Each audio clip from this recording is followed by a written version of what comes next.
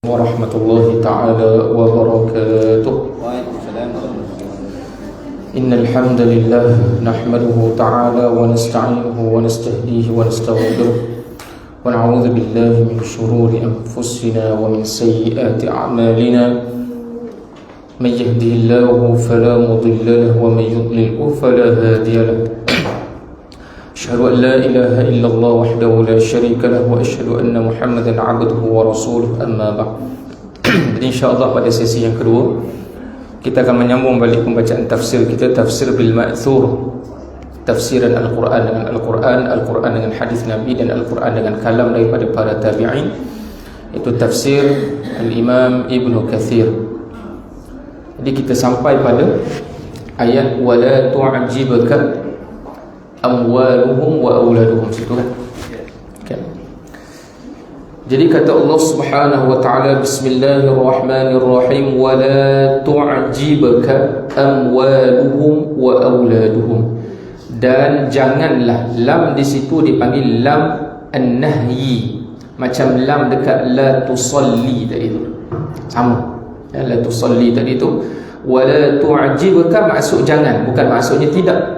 Dan janganlah mentakjubkan, mempersonakan akan diri engkau wahai Rasulullah, amwaluhum, oleh harta benda mereka, wa auladuhum, dan anak-anak mereka. Allah Ta'ala pesan ke Nabi, wahai Rasulullah, jangan membuatkan diri engkau terpesona apa benda, iaitu harta mereka dan anak-anak mereka. Inna maknanya sesungguhnya. Kalau ada ma, dia panggil adatu hasri, hanya se-nya. Maksudnya lebih kuat lagi daripada sesungguhnya. Hanya se-nya, tak ada benda lain, semata-mata. Yuridullah, Allah Ta'ala ingin yu'adzibahum, mengazab mereka, menyeksa mereka, biha, dengannya. Dengan apa dengannya tu? Iaitu dengan harta benda mereka dan anak-anak mereka tu tadi tu. Fid dunya, di atas muka bumi ini, wa tazhaqa anfusuhum, dan Allah Ta'ala apa dia?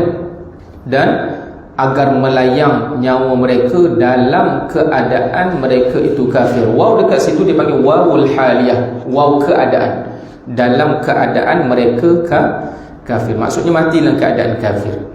Okey. Kemudian dia kata, telah dikemukakan dalam ayat sebelumnya. Kemudian kita dah baca belum wa idza unzilat, baca dah tadi kan? Dan wa idza unzilat, dan apabila diturunkan satu surah. Satu surah apa dia ni? Surah yang memerintahkan orang munafik an aminu, supaya mereka beriman. An aminu, mereka berimanlah kamu dengan Allah Subhanahu wa taala, dan berjihadlah kamu bersama dengan Rasulnya. Ista'dhanaka ulul taul, mereka apa dia? Meminta izin.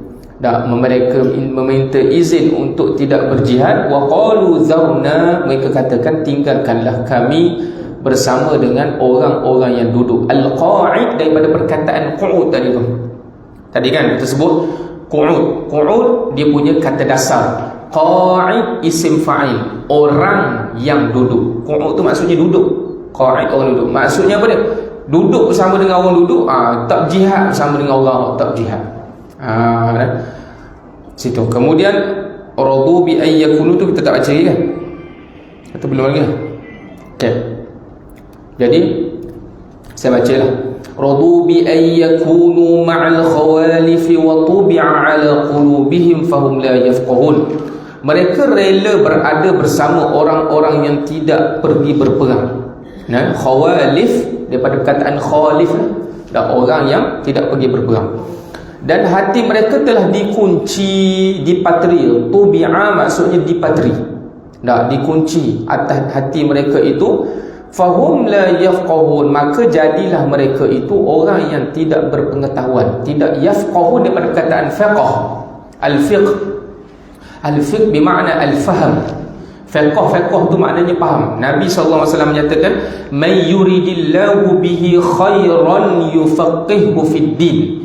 Siapa yang orang Allah Ta'ala nak dia jadi baik, kita nak tahu benda tanda-tanda ni. Tak, kita tak nampak direct, Allah Ta'ala tak beritahu direct awak ni orang baik. Tak gitu. Tanda Allah Ta'ala nak beri orang tu jadi baik, Tuhan berikan dia kefahaman tentang agama. Macam mana nak tahu Allah Ta'ala berikan kefahaman pada dia tentang agama? Allah Ta'ala beri rasa juhud dan kekuatan untuk dia menuntut ilmu. Ni tanda orang Tuhan nak dia jadi baik. Dah. Sebab alat untuk mendapat kefahaman adalah dengan mencari ilmu. Kan? Okey. Kemudian dia kata Allah SWT berfirman dengan mengingkari dan mencela orang-orang yang tidak mahu pergi berjihad serta orang-orang yang membangkang padahal mereka mampu melakukannya dan memiliki keluasan dan kelonggaran. Mereka meminta izin kepada Rasulullah SAW untuk tidak pergi berjihad dengan mengatakan Zarna nakum ma'al qa'idin, biarkanlah kami berada bersama orang-orang yang tidak pergi berperang. Mereka rela mendapat aib dan tetap tinggal di tempat mereka bersama kaum wanita yang tetap tinggal setelah berangkatnya pasukan. Okey. Kemudian dia kata apa ni? Jika terjadi perang, maka mereka adalah orang yang paling pengecut, dan jika dalam keadaan aman, maka mereka adalah orang yang paling banyak bicara. Sebagaimana Allah Azza wa Jalla pernah menyinggung mereka dalam firman-Nya yang lain. فَإِذَا جَاءَ الْخَوْفُ رَأَيْتَهُمْ يَنْظُرُونَ إِلَيْكَ تَدُورُ أَعْيُنُهُمْ كَالَّذِي يَغْشَى عَلَيْهِ مِنَ الْمَوْتِ فَإِذَا ذَهَبَ الْخَوْفُ سَلَقُوكُمْ بِأَلْسِنَةٍ حِدَادٍ. Apabila datang ketakutan yang berbahaya, kalian lihat mereka itu memandang kepadamu dengan mata yang terbalik-balik seperti orang yang pingsan kerana akan mati. Dan apabila ketakutan itu telah hilang, mereka mencacimu dengan lidah yang tajam. Okey. Jadi ini sikap orang munafik yang mana disebutkan oleh Imam Ibnu Kathir, kalau berlakunya peperangan mereka jadi orang paling pengecut. Dia pengecut tak pengecut ni, dia bukan boleh buat-buat. Nah, macam kita sebut, Allah Ta'ala sebut dalam Al-Quran, وَلَنَبْلُوَنَّكُمْ بِشَيْءٍ مِّنَ الْخَوْفِ وَالْجُوعِ وَنَقْصٍ مِّنَ الْأَمْوَالِ. Sungguh-sungguhlah kami akan uji kamu dengan rasa takut. Maksudnya rasa takut ni bukan ada pada orang munafik saja. Orang beriman pun ada rasa takut.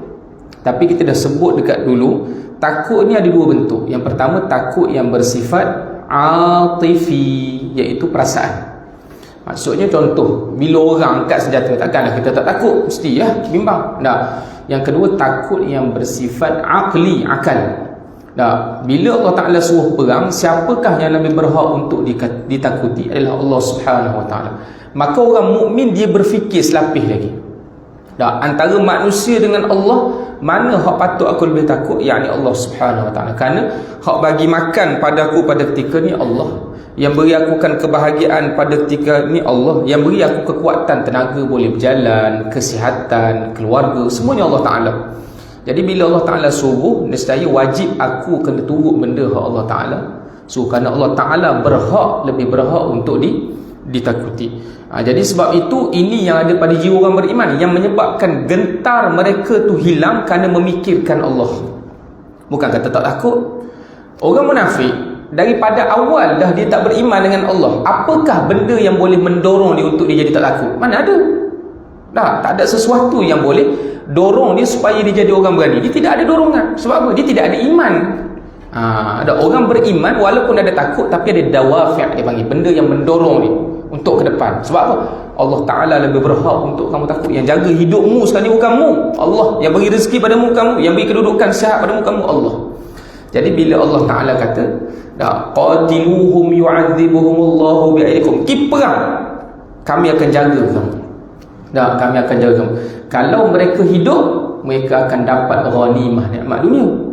Kalau mereka mati mereka tak sia-sia. Mereka akan dibangkitkan bersama dengan para solehin dan disediakan tempat yang terbaik untuk diri mereka. Jadi orang beriman dia nampak benda ni yang menyebabkan takut dia hilang.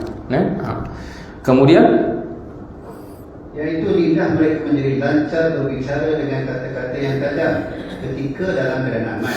Sedangkan pada saat perang, mereka ingin menjadi orang yang paling pengecut, sebagaimana yang dikemukakan seorang penyair berikut, Afisil mi'ayyaun jafa'an wa ghilzatan وفي الهرب أشباه النساء الفوارة.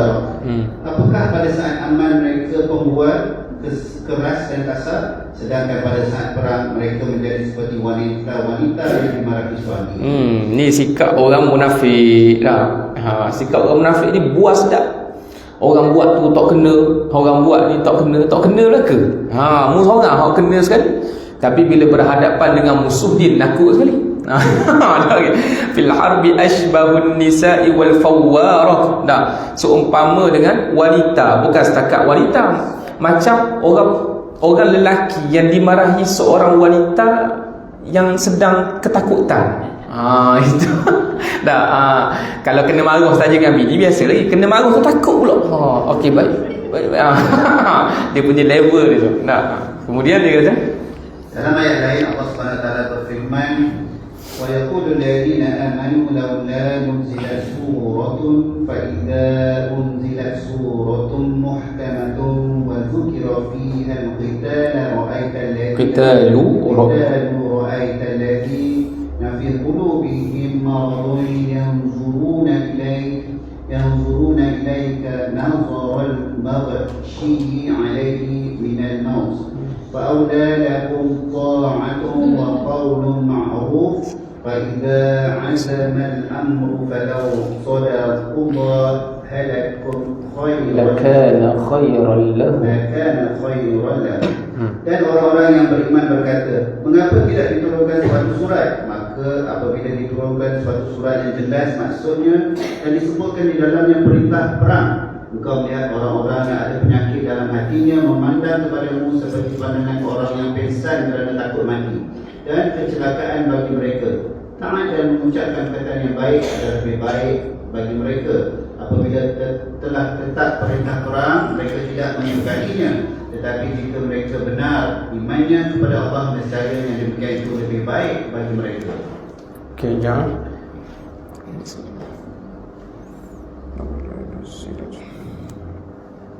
Okey, boleh terus.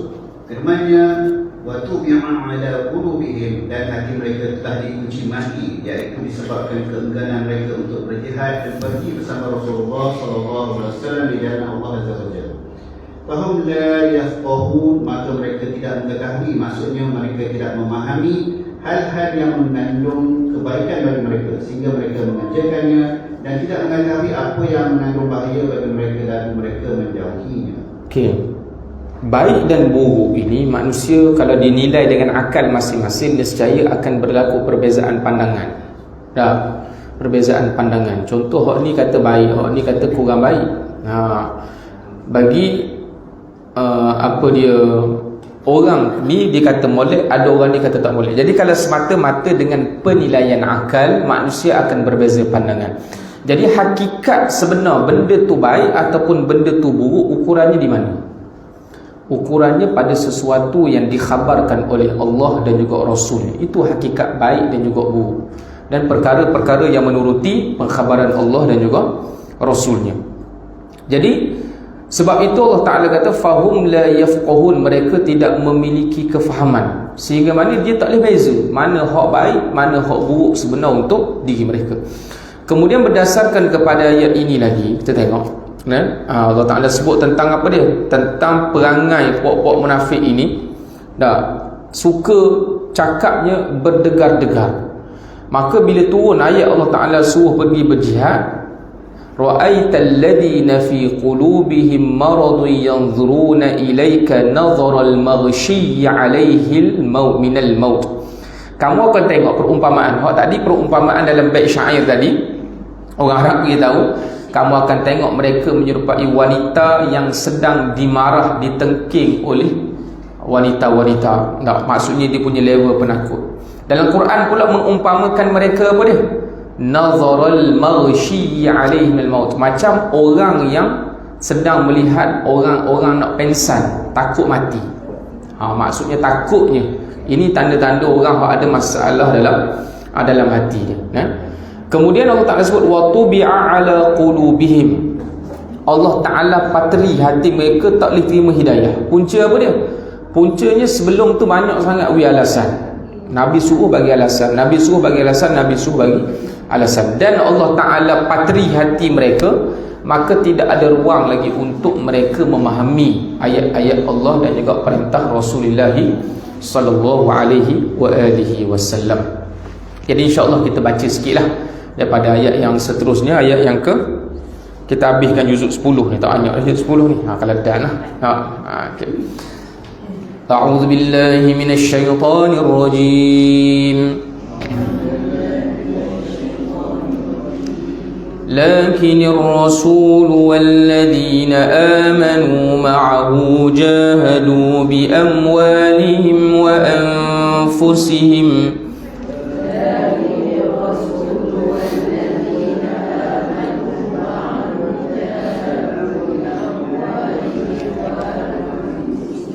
wa ulaika lahumul khairat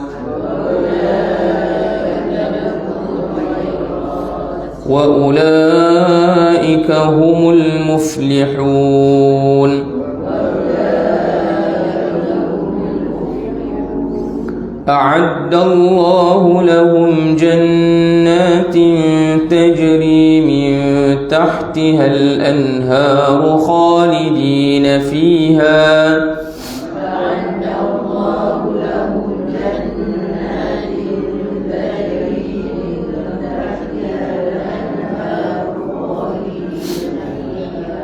ذلك الفوز العظيم. وجاء المعذرون من الأعراب ليؤذن لهم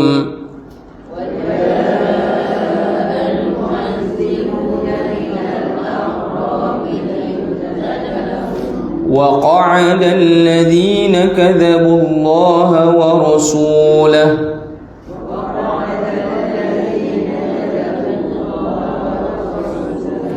سيصيب الذين كفروا منهم عذاب أليم.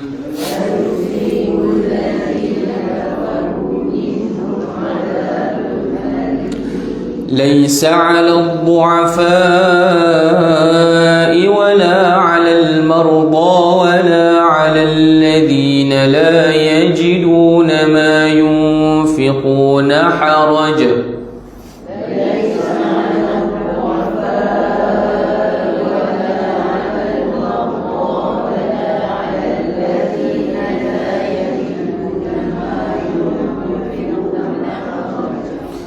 إذا نصحوا لله ورسوله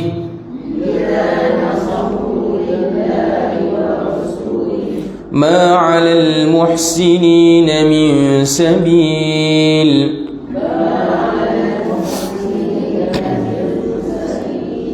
والله غفور رحيم.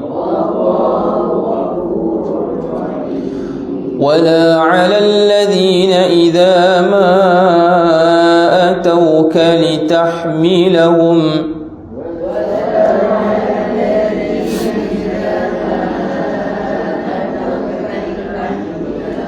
قلت لا أجد ما أحملكم عليه تولوا وأعينهم تفيض من الدمع حزنا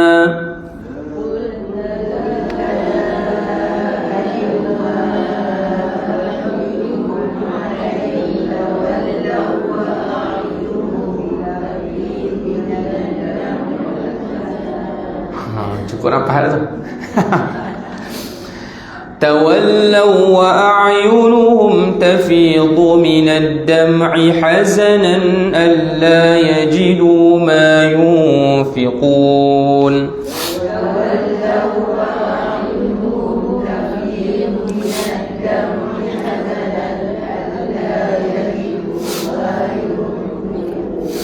Sadaqallahul Aliyyul Azim. Okey. Tengok dia kata apa dia. Jadi kita tak baca hukum tajwid, tengok dah. Kita tengok pada ayat tu lah. Siapa nak baca? Boleh? Sini. Tapi Rasul dan orang yang beriman bersamanya, mereka berjihad dengan harta dan diri mereka, dan mereka itulah orang yang memperoleh kebaikan, dan mereka itulah pula orang-orang yang beruntung. Allah telah menyediakan bagi mereka juga yang mengalir di bawahnya sesungai-sungai, mereka kekal dalamnya. Itulah kemenangan yang besar. Okey, jadi seterusnya kita baca. Setelah Allah menyebut dosa orang munafik dan menjelaskan pujiannya kepada orang yang beriman serta orang yang akan mereka dapat di akhirat, Allah berfirman, لكن الرسول والذين آمنوا معه جاهدوا. tetapi Rasul dan orang-orang yang beriman bersamanya mereka berjihad hingga akhir dua ayat ini yang menjelaskan kepada mereka dan dapat kembali kepada mereka. Sama macam kita sebut tadi, al-hukmu yaduru ma'a illatih. Hukum itu berkitar bersama dengan illahnya. Sebab apa Allah Ta'ala mengangkat darjat orang beriman? Sebab apa? Lakinir rasulu walladhina ma'ahu jahadu bi amwalihim wa anfusihim. Sebab Tuhan angkat darjat orang beriman ini kerana mereka apa dia? Kerana mereka berjihad dengan harta mereka dan diri mereka. Apa maksud jihad? Jihad bukan maknanya semata-mata qital, bukan maknanya perang. Jihad dia lebih umum daripada qital. Qital ni maksudnya peperangan dalam medan perang, angkat senjata.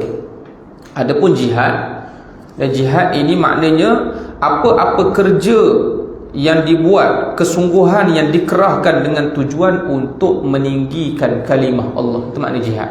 Boleh tulis sikit. Jihad maknanya apa-apa kerja yang dilakukan bersungguh-sungguh dengan tujuan meninggikan kalimah Allah. Sebab tu jihad ini Nabi sebut, jahidul musyrikin bi amwalikum wa anfusikum wa alsinatikum. Berjihadlah kamu dengan diri kamu, dengan harta kamu, dengan lisan kamu. Kalau semata-mata angkat senjata, macam mana nak jihad dengan lisan? Menunjukkan jihad itu variasinya pelbagai dan mengikut keadaan dan juga suasana. Maka itu namanya jihad. Jadi menyebab apa sebab Allah Ta'ala angkat darjat orang beriman? Kerana itu tadi tu, walladzina amanu ma'ahu jahadu bi amwalihim wa anfusihim. Kemudian dan firman-Nya wa ulaika lahumul khairat. Kemudian bagi orang yang berjihad, kata Allah Ta'ala, wa ulaika lahumul khairat. Allah Ta'ala tak kata khairun. Al khairat maknanya banyak kebaikan, bukan satu, jamak, plural. Sebab tu kita sebut tabung khairat, kematian. Maksudnya tabung tu bukan untuk seorang mati. Ada lagi. Khairat tu dia perkataan Arab. Khair, khairat. Maksudnya banyak kebaikan yang banyak. Sebab tabung kebajikan khairat ni bukan untuk seorang orang mati, untuk banyak kebajikan pada orang lain.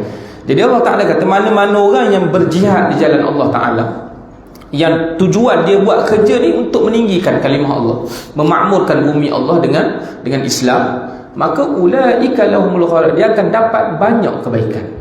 Tapi macam mana cara Allah Ta'ala bagi kebaikan? Tak tahu, tak sibuk. Itu kerja Tuhan. Dah. Wa may yattaqillaha yaj'al lahu makhraja. Orang yang bertakwa pada Allah Ta'ala, Tuhan akan jadikan jalan keluar. Kalau semua awak tahu dah ke, biar awak jadi Tuhan. Tak lagi. Jadi itu hikmah Allah Ta'ala menyembunyikan. Nak tengok yakin ke tak. Kemudian dia kata apa dia? Dan datang kepada Nabi orang yang mengemukakan uzur. Iaitu orang Arab Badui akan diberi izin kepada mereka untuk tidak pergi jihad. Sedang orang-orang yang mendustakan Allah dan Rasulnya juga berdiam diri sahaja. Kelak orang-orang kafir dan mereka itu akan tiba azab yang pedih. Dia kata, dan datang kepada Nabi orang yang mengemukakan uzur. Al-mu'adzir, orang yang mengemukakan keuzuran. Daripada mana? Daripada kalangan orang Arab. Arab mana ni? Arab Badiyah, pedalaman. Arab Badiyah ni orang jenis sikap kerah-kerah tegi ni. Orang jenis masuk majlis orang nak tanya soalan kodar sekali, masuk dalam majlis makan sekali kodar. Ni perangai Badui. Jadi Badui ni kalau dia kafir lagi jahat pun ada. Berbanding dengan orang Hadir. Orang Hadarah ni orang bandar. Allah Ta'ala sebut suku tentang orang Arab ni. Jadi orang Badui ini minta izin supaya tak pergi berjihad. Sedang orang-orang yang mendustakan Allah dan Rasulnya duduk berdiam diri sahaja. Kelak orang-orang kafir di antara mereka itu akan ditimpa azab yang pedih. Kemudian dia kata selanjutnya, selanjutnya Allah menjelaskan keadaan orang-orang yang beralasan untuk tidak ikut jihad, di mana mereka datang kepada Rasulullah untuk menyampaikan alasan kepada beliau serta menjelaskan kelemahan dan ketidakmampuan mereka untuk pergi jihad. Mereka itu adalah penduduk Arab yang tinggal di sekitar Madinah. Okey, kemudian dia kata Ibnu Ishaq, menceritakan yang sampai padaku mereka adalah orang dari Bani Ghifar, Khafaf bin Qaima, Khafaf bin Ghaima bin Rukhsah. Dan pendapat ini lebih jelas dan mereka mengatakan dalam ayat tersebut kerana setelah itu Allah berfirman, wa qala allazina kadzabullah wa rasulah. Sedang orang-orang yang bersetekan Allah dan Rasulnya duduk berdiam diri sahaja. Maksudnya mereka ini tak ikut berperang, datang untuk menyampaikan alasan mereka. Siapakah Al-A'rab? Al-A'rab dibawa oleh Ibnu Katsir daripada riwayat Ibnu Ishaq, iaitu daripada Bani Ghifar. Bani Ghifar, antara. Kemudian dia kata selanjutnya Allah Tabaraka wa Ta'ala mengancam mereka dengan azab yang sangat pedih. Allah berfirman, sayusibul ladzina kafaru minhum azabun alim. Illa orang yang kafir di antara mereka ini akan timpa azab yang pedih. Sayusibul ladzi huruf sin dekat depan masuk pada fi'il mudhari' menunjukkan kepastian, pasti akan, dalam tempoh yang dekat. Maksudnya masa dia hidup tu akan ada azab yang kena pada diri mereka. Sin yang depan. Kemudian disebutkan seterusnya tiada dosa antara pergi berjihad atas orang-orang yang lemah, atas orang yang sakit dan atas orang-orang yang tidak mempunyai apa yang akan mereka nafkahkan. Apabila mereka berlaku ikhlas kepada Allah dan Rasulnya, tidak ada jalan sedikit pun untuk menyalahkan orang-orang yang berbuat baik, dan Allah Maha Pengampun lagi Maha Penyayang. Dan tidak pula dosa atas orang-orang yang bila mereka datang padamu supaya kamu memberi mereka kenderaan, lalu kamu berkata, aku tidak boleh memperolehi kenderaan untuk membawamu. Lalu mereka kembali sedangkan mereka bercucuran air mata kerana kesedihan. 4 golongan. Yang pertama siapa dia?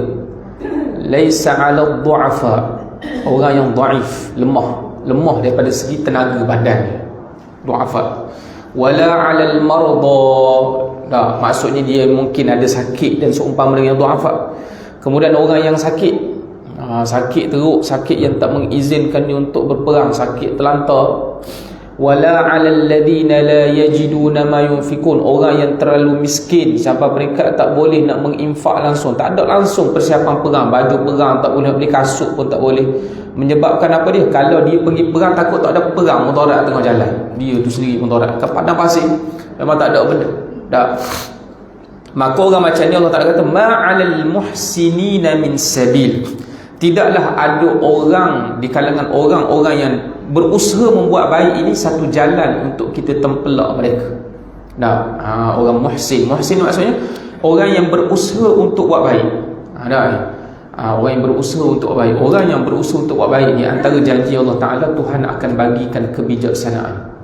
Kalau kita baca dalam surah Yusuf, walamma balagha ashuddahu atainahu hukman wa ilma, dan ketika pada Yusuf sampai pada satu umur yang matang. Kan Nabi Yusuf kan dia kena buang dalam telaga, kena macam-macam, kena khianat kat orang, tapi dia bersabar.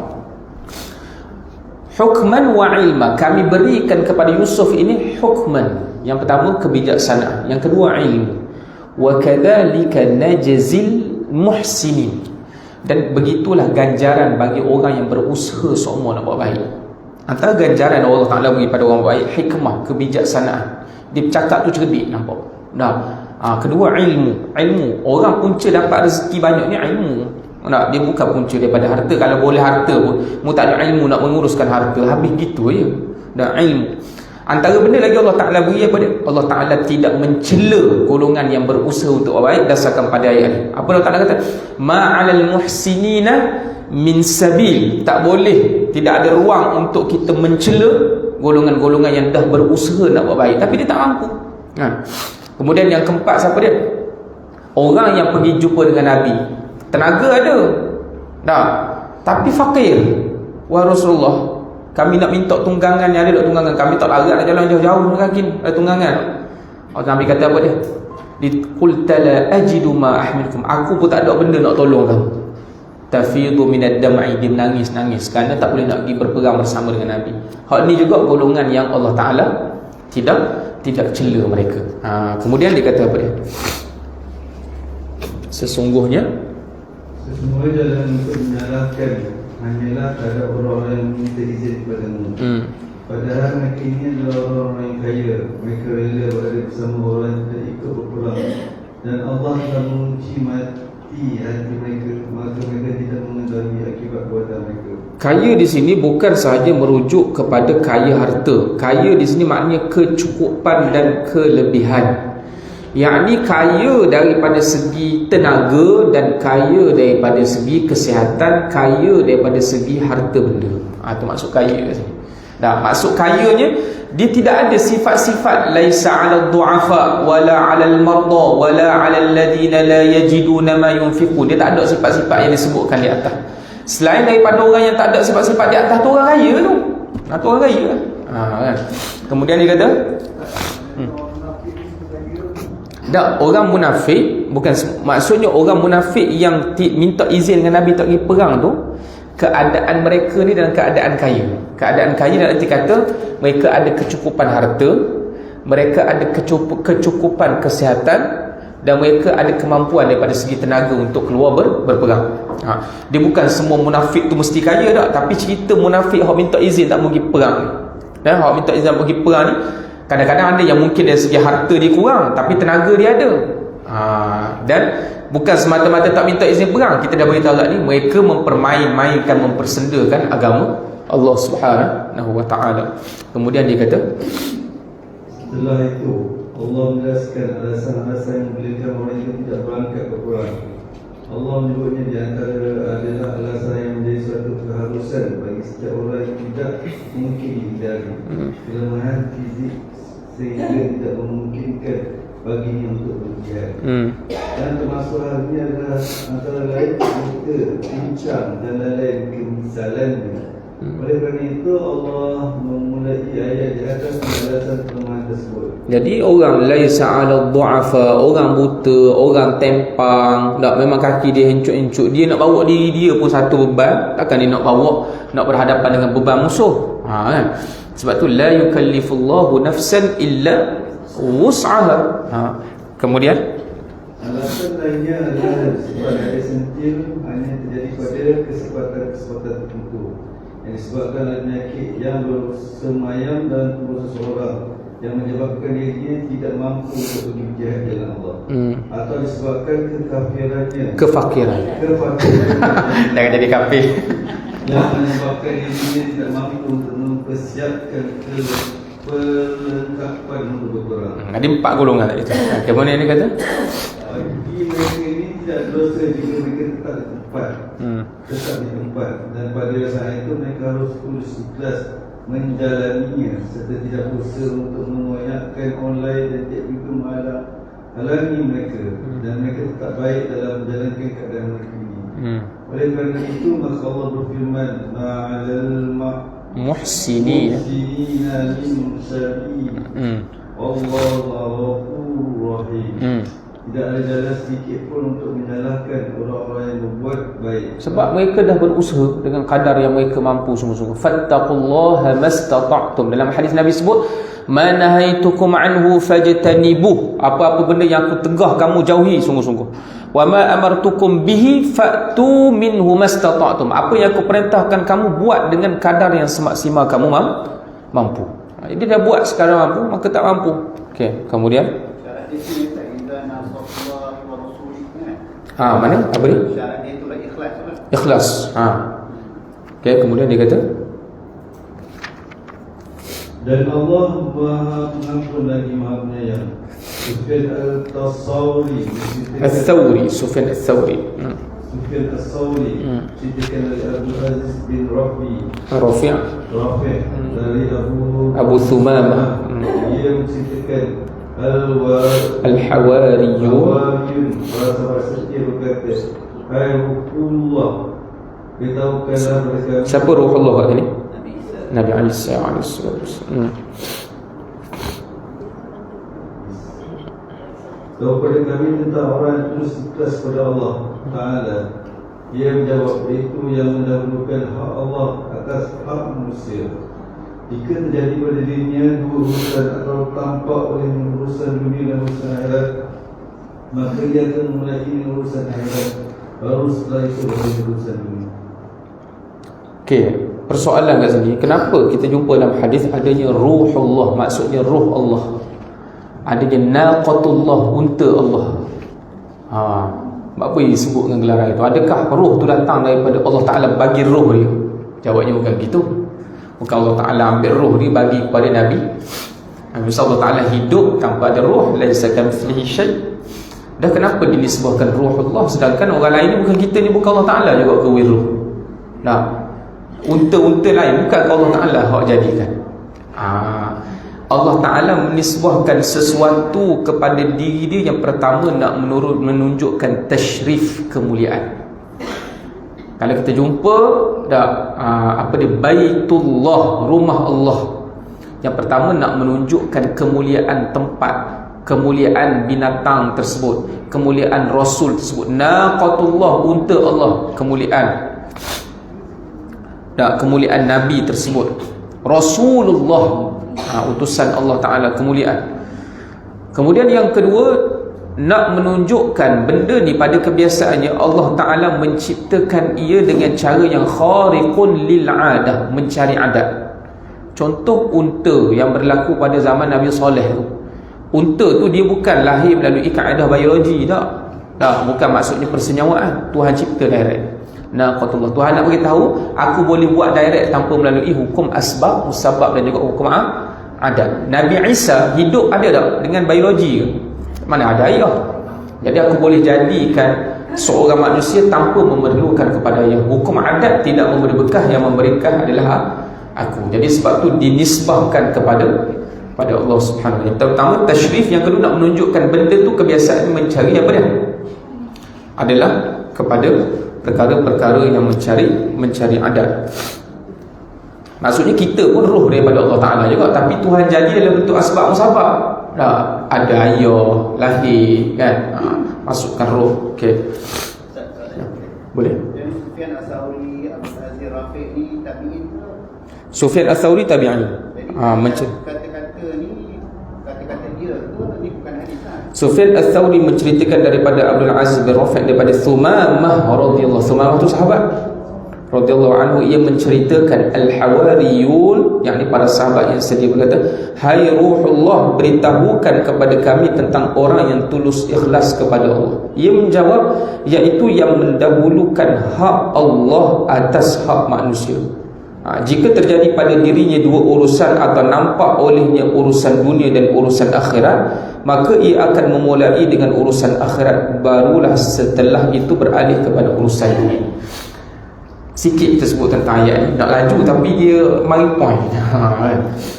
Dalam Al-Hikam Ibn Atha'illah As-Sakandari, dia Al-Imam Ibn Atha'illah, kalau orang ngaji kitab Hikam tasawuf, Imam Ibn Atha'illah menyebutkan tentang rezeki daripada maqam tajrid dan juga maqam asbab. Maqam asbab bermaksud seseorang mengusahakan rezeki dengan cara asbab musabab, kemudian Allah Ta'ala jualah yang mengiringkan dia dapat rezeki. Maqam tajrid maknanya tidak nampak daripada segi jalan usaha tapi dapat rezeki. Yang ni yang ramai orang salah faham. Ada orang diduduk mengatik semata-mata tanpa cari rezeki. Bukan gitu maknanya. Kata Syekh Sa'id Ramadan Al-Buti, dalam kehidupan kita ni ada ketika Allah Ta'ala tetapkan keadaan kita mendapatkan rezeki dengan cara asbab musabab. Maka bila Allah Ta'ala tetapkan rezeki kamu dengan cara asbab musabab, lalu kamu memilih jalan tajrid, kamu menempuh kehinaan. Contoh, tak ada perang pun, tak, mu pilih sepanjang hari duduk mengatik dalam masjid saja tanpa keluar cari nafkah. Sebenarnya kamu menempuh kehinaan. Sebenarnya, sedangkan Allah Ta'ala jadikan, Nabi kata, wa inna li zawjatika 'alaika haqqan wa inna li baitika 'alaika haqqan fa'ati kulladhi haqqin haqqah. Nabi kata, kamu dengan diri kamu ada hak yang perlu kamu tunaikan. Kamu dengan isteri kamu, dengan anak kamu ada hak yang perlu kamu tunaikan. Maka berilah setiap hak itu pada orangnya. Jadi cari rezeki ni tuntutan syarak. Walaupun rezeki hakikat mari daripada Allah Ta'ala. Ketika mana Allah Ta'ala menetapkan asbab pada diri kamu, lalu kamu tidak melunaskan asbab untuk dapat rezeki, kamu mencari hina. Begitu juga sebaliknya, ketika mana Allah Ta'ala menetapkan kamu dengan maqam tajrid. Maqam tajrid maksudnya kamu tidak ada asbab, tetapi kamu nak cari asbab juga, maka kamu juga menempuh kehinaan. Contoh macam mana? Contoh, kita tengah tak ada duit, dah tiba-tiba ada orang hulurkan satu pekerjaan pada kita. Ada dia suruh kita jadi cyber trooper dalam Facebook ke. Jadi mu carut orang buat kucar-kucar kat page politik gini-gini, buat kucar. Yang penting kucar je. Dah asal kucar aku pitih tu. Dah. Masa tu ada dak asbab. Ada asbab, tapi asbab yang tidak masyru', yang tidak diizinkan oleh syarak. Maka pada ketika tu, apa yang Imam Ibn Atha'illah ajar kita, kamu mesti bertajrid. Tajrid, sunyikan diri kamu daripada jalan tersebut, maka Allah Ta'ala akan bagi rezeki pada kamu dengan jalan yang lain. Itu beza antara tajrid dan juga asbab. Maksudnya dalam hidup kita, kadang-kadang kita duduk dalam apa-apa pekerjaan, ada benda yang salah jelas kita nampak. Kalau kita salah yang memang jelas menyalahi syarak, kalau kita betulkan benda tu, boleh jadi kita akan hilang kedudukan, hilang jawatan. Maka ketika itulah kita berhadapan dengan maqam tajrid. Bila berhadapan dengan maqam tajrid, di sinilah peranan beramal dengan wa may yattaqillaha yaj'al lahu makhraja wa yarzuquhu min haitsu la yahtasib. Siapa yang bertakwa pada Allah Ta'ala, Tuhan akan bagi jalan. Jalan macam mana? Tak payah bimbang.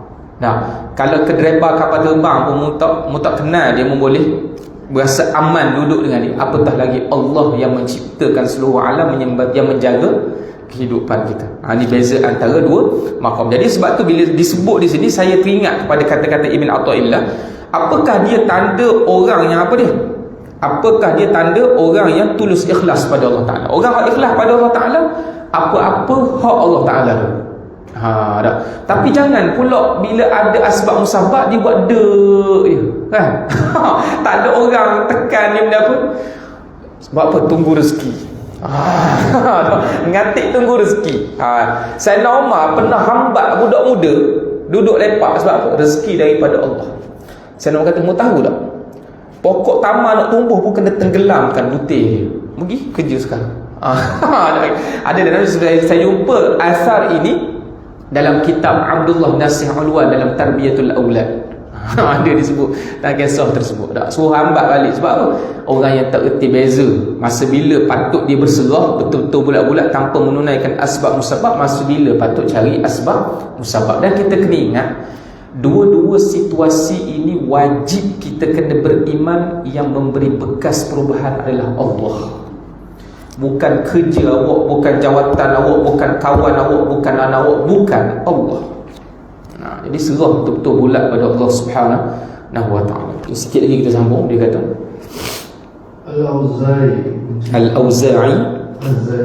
Al-Auza'i menceritakan Quran nak pergi menunaikan solat istisqa.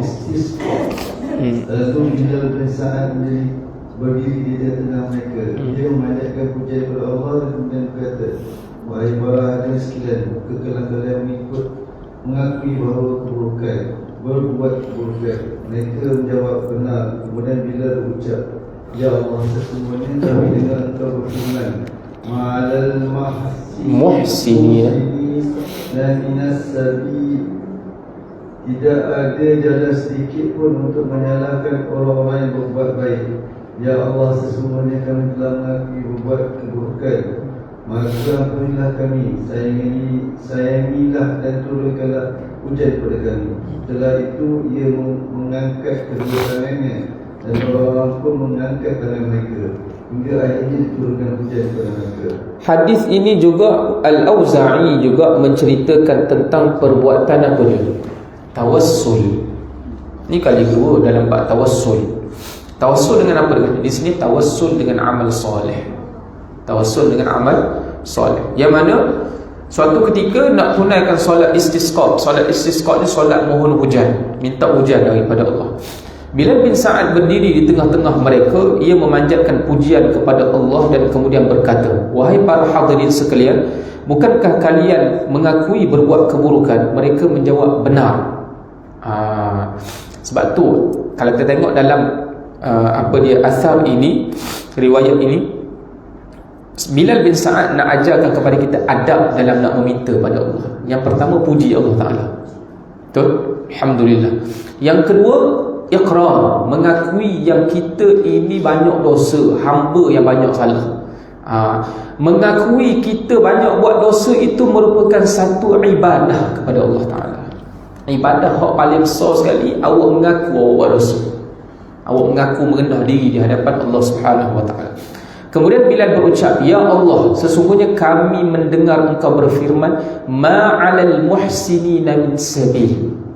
Tidak ada jalan untuk dicela bagi orang-orang yang berbuat baik. Yang pertama tadi puji Allah. Yang kedua bertaubat. Bila ngaku buat dosa, tu bertaubatlah. Ni silap orang. Bertaubat ni kena sembahyang taubat. Itu salah satu adab. Ya, kena faham. Apa makna taubat? At-taubah bermakna ar-ruju' ila Allah, kembali kepada Allah. Tengah berok pun boleh bertaubat. Itu saya sebut ni, ustaz hina. Dah bukan hina. Kadang-kadang bila tengah buang air kecil, air besar, kita duduk tu kita fikir, ya Allah, dosa banyak ni. Taubat tu. Bertaubat tu. Cumanya adab dalam bertaubat dengan menunaikan solat. Taubat ni tengah bawa kereta ke, tengah kerja ke, tengah apa-apa, boleh bertaubat pada Allah Subhanahu Wa Ta'ala. Iaitu syarat taubat, awak mengaku yang awak buat dosa dan awak berjanji tidak akan mengulangi balik. Tapi kena ingat, maksudnya apa dia? Kita berjanji, ya Allah, aku berusaha sungguh-sungguh, bukan berjanji.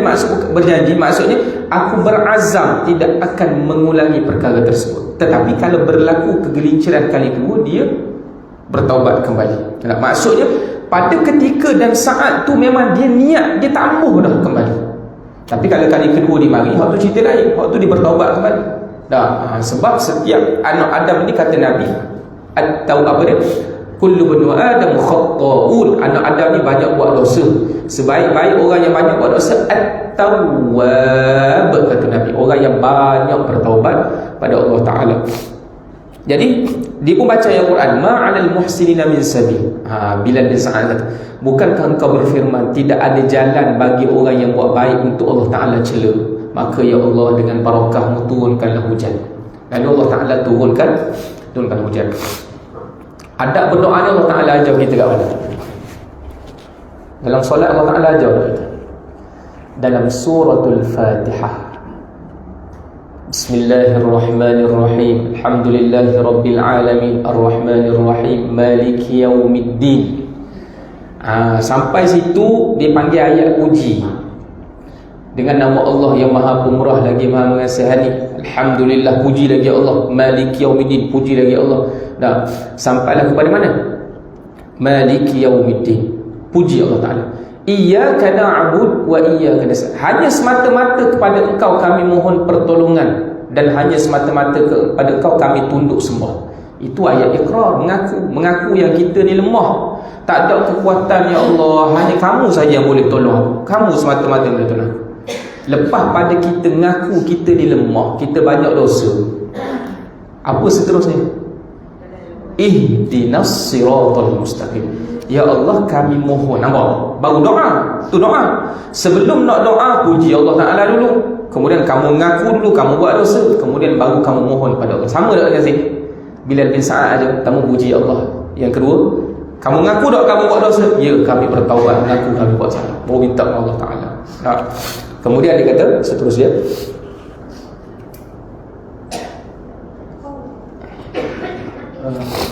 Qatar mengatakan bahawa ini perlu berkenaan dengan Ais Al-Aziz bin Amr Al-Muzani.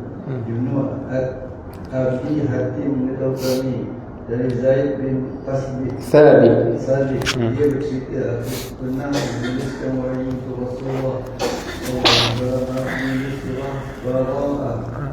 Lalu aku letakkan pena di masjid. Tiba-tiba beliau memberitakan kami kepada Lalu Rasulullah SAW menunggu apa yang akan ditulis padanya. Mendadak ada seorang buta yang datang seraya bertanya, lalu bagaimana denganku ya Rasulullah, sedangkan aku ini seorang yang buta. Maka turunlah ayat Sa'al Su'ufa, tidak ada dosa, tidak ada dosa dan tidak puji-pujian bagi orang-orang yang lemah. Okey.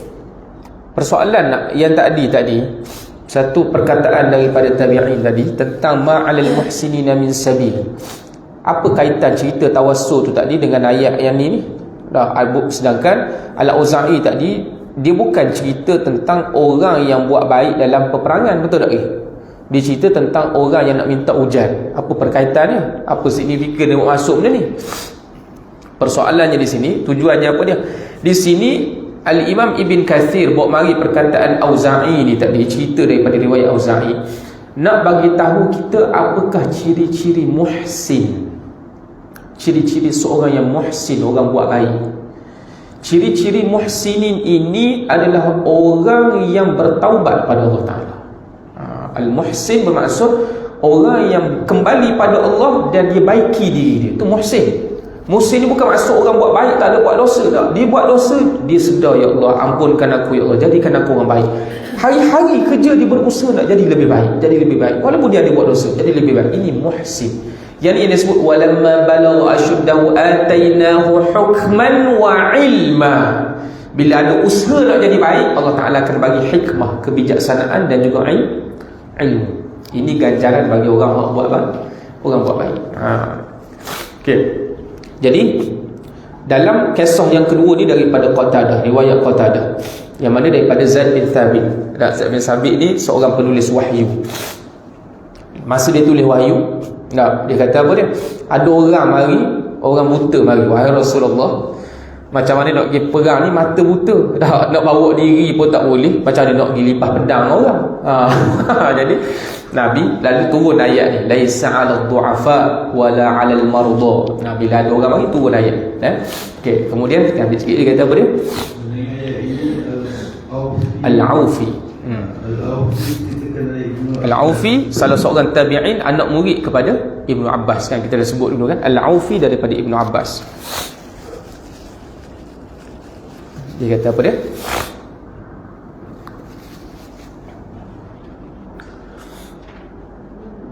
Yang demikian itu bahawa Rasulullah SAW menyatakan ada orang yang berangkat menuju dua kolam bersama beliau. Kemudian sejumlah sahabatnya mendatangi beliau, yang antara mereka ialah Abdullah bin Mughaffal bin Al-Muzani. Mereka berkata, ya Rasulullah, ajalah kami berangkat. Maka beliau bertutur kepada mereka, Wallahi la ajidu ma ahmilukum alaih. Demi Allah, aku tidak mendapatkan kenderaan yang dapat mengangkut kalian. Maka mereka kembali sambil menangis. Mereka merasa berat untuk tidak ikut ujian, sedangkan mereka tidak memiliki biaya dan juga tugahan. Okay, jadi kita tahu ya Allah Ta'ala sebut apa dia? Wala 'alal ladzina idza ma atauka litahmilahum. Ayat ini turun masa bila? Cerita tentang apa? Abdullah bin Mughaffal. Abdullah bin Mughaffal ni seorang sahabat Nabi yang miskin, yang susah. Dia ada tenaga tapi dia tidak ada kenderaan, tak ada apa-apa, perisai pun tak ada. Wahai Rasulullah, bawalah kami sekali. Kami minta tolong bagi kenderaan je, kami nak bergerak. Nabi kata, wallahi demi Allah, la ajidu ma ahmilukum alaih. Aku tak ada apa-apa nak bagi, aku pun cukup-cukup je. Lalu dia pun kembali dalam keadaan menangis bila tengok pakat pergi. Kemudian dia kata apa dia? Mereka merasa berat untuk tidak ikut berjihad, sedang mereka tidak mempunyai biaya dan juga kenderaan. Setelah Allah Ta'ala mengetahui kesungguhan mereka untuk mencintainya dan mencintai Rasulnya, Allah menurunkan alasan bagi mereka dalam kitab Allah Ta'ala. Allah Ta'ala berfirman, Laisa 'alal du'afa wala 'alal marda wala 'alal ladhina la yajiduna ma yunfiquna harajun idza nasahu lillahi wa rasulih ma 'alal muhsinina min sabil wallahu ghafurur rahim ولا على الذين إذا ما أتوك لتحملهم قلت لا أجد ما أحملكم عليه تولوا وأعينهم تفيض من الدمع حزنا ألا يجدوا ما ينفقون. Sebab itu kata para ulama, berdasarkan kepada ayat ni juga, mana-mana orang yang melakukan ihsan, kebaikan, lalu ada kekurangan pada perlakuan tersebut, maka dia tidak dicela oleh syarak, yakni tidak dicela oleh Allah Ta'ala. Contoh, dia ni bukan rajin sangat sembahyang Jumaat kan, tapi dia paksa kat diri dia, tak boleh tua-tua gini tak. Kita duduk jiran-jiran ni kena pergi juga mana-mana pun, kawan orang seorang pergilah juga kan, sebagai contoh. Dia tu mungkin khusyuknya tak sama dengan khusyuk orang hak dah memang kaki sembahyang, hak memang qalbuhu mu'allaqun bil masajid, atau level tinggi. Tapi digi tadi tu atas sebab macam tu, kerana ada iman. Sebab Nabi kata al-haya'u minal iman. Jadi bila semayangnya, khusyuknya takkan samalah dengan khusyuk. Tapi dia muhsin tak? Muhsin. Kata Syekh Sa'di, orang yang macam ni juga tidak termasuk dalam laum, celaan daripada Allah Ta'ala, walaupun kurang dia punya level khusyuk dia berbanding dengan orang lain. Kerana apa dia? Kerana dia sedang bermujahadah untuk menjadi orang yang lebih baik. Ini ihsan daripada Allah. Termasuk dalam ayat ni, ma'alal muhsinina min sabil. Contoh orang yang apa dia? Orang yang berusaha menjaga solatnya. Tak berusaha, sebenarnya kurang semayang, tapi dia kata nak semayang, orang nak semayang, tapi kurang semayang jemaah. Dengan level dia tadi tu, dia dikira orang muhsin ke tak? Orang muhsin, betul tak? Dia jenis tak semayang tak, dia mungkin dari balori dan sebagainya kadang-kadang, tapi dia cuba jaga 5 waktu dia walaupun dia tak dan solat Jumaat tak. Dia dikira orang muhsin tak bagi peringkat dia? Ya, orang muhsin. Orang yang macam ni juga mendapat rahmat daripada Allah Subhanahu wa ta'ala. Kemudian dia kata mengenai firman Allah tu, kita baca yang bawah tadi tu, mengenai firman Allah Ta'ala, wala 'alal ladina idza ma atauka litahmilahum, dan tidak ada pula dosa bagi orang yang apabila mereka datang kepadamu supaya kamu memberi mereka kenderaan. Mujahid bin Jabar, ini salah seorang juga daripada anak murid Ibnu Abbas, Ibnu Mas'ud, mengatakan ayat ini turun berkenaan dengan Bani Muqrin dari Muzinah ataupun Muzainah. Sedangkan Muhammad bin Ka'ab mengatakan mereka berjumlah 7 orang dari Bani Amr bin Auf bin Salim bin Auf, dari Bani Waqif Harami bin Amr, dari Bani Mazin bin An-Najjar Abdurrahman bin Ka'ab Abu Layla, dan dari Bani Al-Ma'ali serta Bani Salamah Amr bin Utbah dan Abdullah bin Amr Al-Muzani. Siapakah dia orang-orang hak mari ni? Jadi satu riwayat daripada siapa? Daripada Mujahid bin Jabir, dia kata ni orang-orang ni. Sebab-sebab tu ni ada beberapa orang ni mari. Muhammad bin Ishaq mengatakan dalam perjalanan menuju perang Tabuk, kemudian ada beberapa orang dari kaum muslimin yang mendatangi Rasulullah sedang mereka dalam keadaan menangis. Mereka ini berjumlah 7 orang dari kaum Ansar dan yang lainnya, termasuk Bani Amr bin Auf, Salim Ibnu Umair, Aliyah bin Zaid, saudara Bani Harithah, serta Abu Layla, Abdurrahman bin Ka'ab, saudara Bani Mazin bin An-Najjar, Amr bin Al-Hammam bin Al-Jamuh, saudara Bani Salamah, dan Abdullah bin Mughaffal daripada Muzani. Sebagian orang berkata tetapi ia adalah Abdullah bin Amr Al-Muzani dan Harami bin Abdullah, saudara Bani Waqif, Iyad bin Sariyah Al-Fazari. Mereka meminta agar Rasulullah SAW membawa mereka, dan mereka termasuk orang yang mempunyai hajat, orang yang tidak mempunyai penghasilan yang cukup. Jadi nak ingat sebutir-sebutir nama ni payah tak? Kita nak ingat sebab nuzul dia. Ada orang Ansar. Orang Ansar lebih kurang dalam 7 orang datang berjumpa dengan siapa? Rasulullah, minta nak pergi perang, tapi tak ada kelengkapan, tak ada kenderaan, minta Nabi support kenderaan. Dan ini Nabi kata wallahi la ajidu ma ahmilukum. Jadi rasanya kita berhenti sampai sini lah. Ada benda-benda soalan ke nak tanya? Banyak orang baca tau. Pok sikit-sikit pun. Sebab dia panjang tafsir ni. Okey. Ya. Satu perang ke ada banyak perang kita? Yang cerita ni dalam peperangan Tabuk. Peperangan Tabuk. Kita ada 3 sahabat yang awal tu. 3 sahabat awal. Mali yang 3 orang. Hak lambat lagi tu. Lambat gitu. Kemudian ada lagi bani-bani yang tadi Yang 7 orang ni 7 orang ni tak mampu lah. tak mampu. Kemudian ada yang Puak munafik. Munafik tu lah yang orang Arab Badui tu. Al-A'rab. Okey, soalan yang baik. Kenapa Allah Taala sebut suku Al-A'rab? Sebenarnya Al-A'rab ini, Al-A'rabu asyaddu kufran wa nifaqan. Kita akan jumpa ayat tu nanti. Al-A'rabu asyaddu kufran wa nifaqan. Orang A'rab ini bersangatan nifaq dan juga kufur daripada Allah Taala. Jadi persoalannya, puak-puak munafik tadi kan Allah Taala cerita umum dah. Kenapa Tuhan sebut suku Al-A'rab? Kerana Al-A'rab ini dia punya masyarakatnya berbeza. Al-A'rab, orang A'rabi, orang kampung ini, mereka terkenal dengan kekerasan. Walaupun dia jadi orang baik, dia kan pernah kan ada A'rabi datang nak minta bantuan dengan Nabi, dia retak janggut Nabi tu, dia tarik belakang, ada hak tarik belakang ni kolak baju Nabi sampai nampak merah, hak saya normal nak pergi bahan tu. Dia memang perangai dia keras. Jadi puak-puak ni kalau dia kufur, dia lebih keras sikap dia. Jadi nak menunjukkan apa dia? Di sana ada kepelbagaian jenis orang. Dalam Al-Quran, dalam surah At-Taubah kan dia suratul Fadhihah, dia nak membongkarkan sikap manusia yang munafik ni. Ada di sana munafik penduduk bandar. Penduduk bandar ni dilembut sikit. Wahai Rasulullah, yahlifuna billahi ma qalu, demi Allah kami tak cakap wahai Rasulullah. Tu style sana. Style Al-A'rab lain sikit. Al-A'rabu asyaddu kufran wa nifaqan. Benda ni mana? Jenis backing orang panggil. Jadi lebih teruk dia punya kemunafikan dia. Kalau dia jahat, lagi jadi jahat. Jadi sebab itu Allah Ta'ala sebut suku. Apakah pengajaran bagi diri kita? Kita kena kenal masyarakat macam mana. Dalam kita nak bawa dakwah, kita kena kenal macam mana situasi masyarakat. Ada masyarakat yang educated, ada masyarakat yang berpendidikan rendah, ada yang berpendidikan sederhana. Jadi kita nak menyampaikan dakwah dan jihad, dia panggil jihad lah ni, kita kena sesuaikan dengan suasana lah.